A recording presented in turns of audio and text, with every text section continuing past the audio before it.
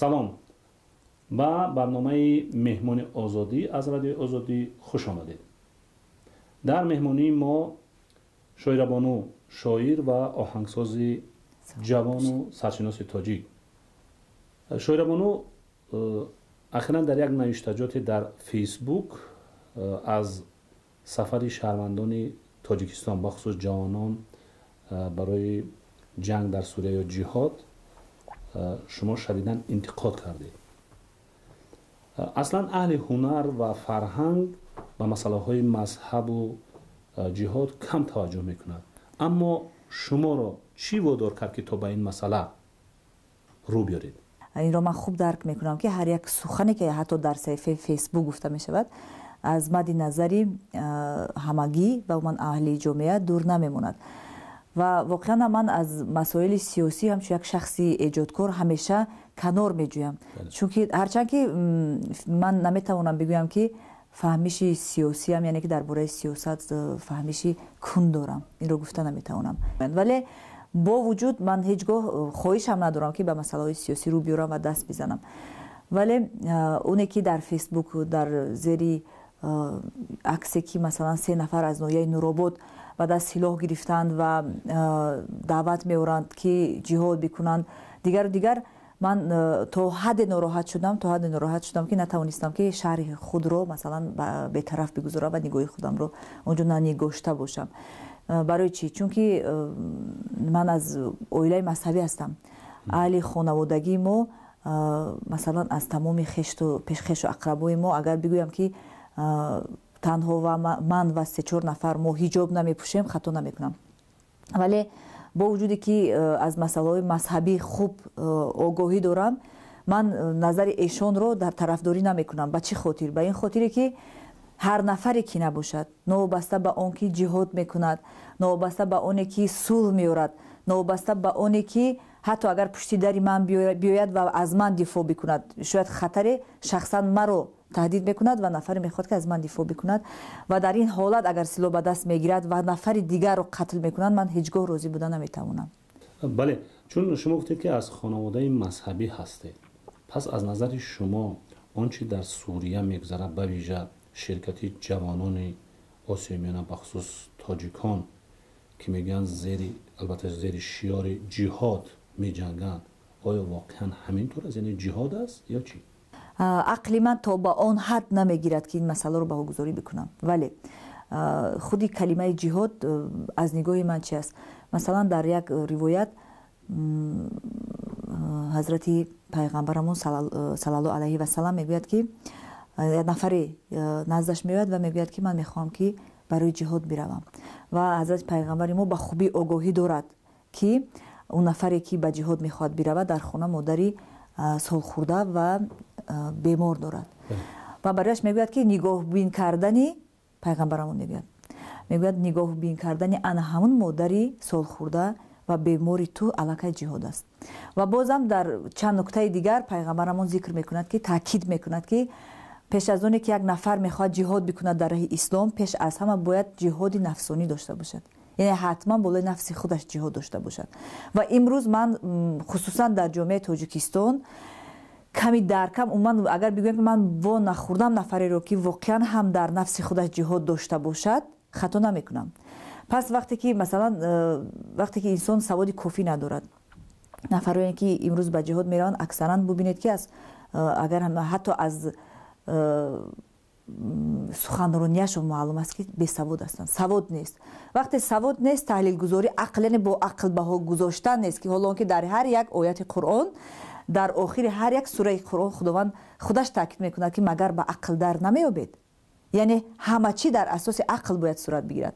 ولی وقتی انسان سواد ندارد، عقل کافی ندارد، میرود مثلا گروهایی هستن، مثلا شاید که همون پیشوای مثلا انا همون یک گروه شاید که خصومت شخصی خودش را نسبتی یک نفر دیگر دارد و وقتی که تو عقل کامل نداری و به تو میگوید که انا همون نفر دشمن اسلام است، تو او را باید بکشی، ولی تو خودت قابلیتی با عقل خودت درک کردن اون را نداری که بشناسی که اون نفر واقعا هم دشمن اسلام است یا نه. در این حالت ببینید که علاقه جهاد به طوری یعنی که خیلی اشتباه صورت میگیرد. خب شایربانو، ببینید یک همسایه شما تصور کنیم اگر یک همسایه شما 18 سال دارد، در یک کوچه زندگی میکنید، اما به اصطلاح میخیزد و جهاد میکند و آدم میکشد. خب از نظر شما چرا عقیده این جوان یک باره دیگر شده است؟ در تاجیکستان نفری بسویی انقریب کی نیست. عموما مردم تاجیک هر یک نفری ما اینقدر خانواده‌مون کلان است و اونقدر خشتبار اقربا زیاد داریم که نگفتنی. و ببینید در صورتی که مثلا همون جوان رو یک نفر دیگر گمراه میکند، مثلا در اینترنت، طریق اینترنت هم این روز دعوت‌های مثلا گمراه کننده زیاد هستند.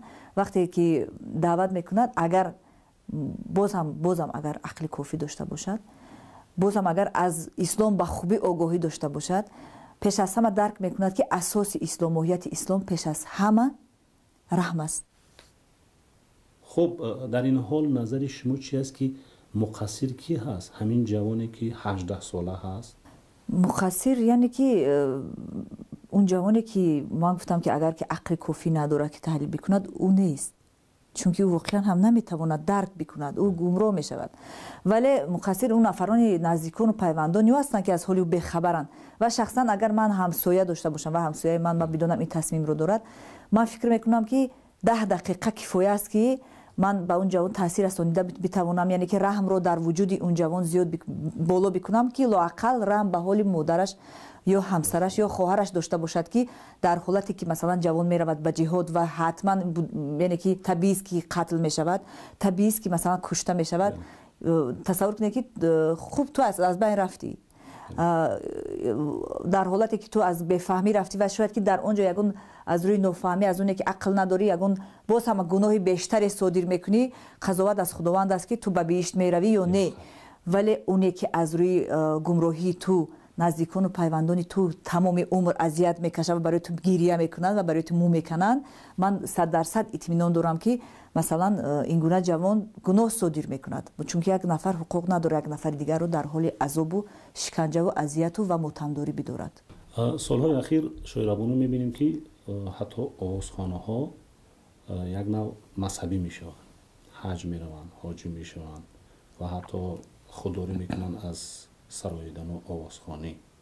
خب از نظر شما اینو چگونه میتوان ارزیابی کرد؟ واقعا یک عشق صمیمی نسبت خداوند یا یک تلاش بازاریابی؟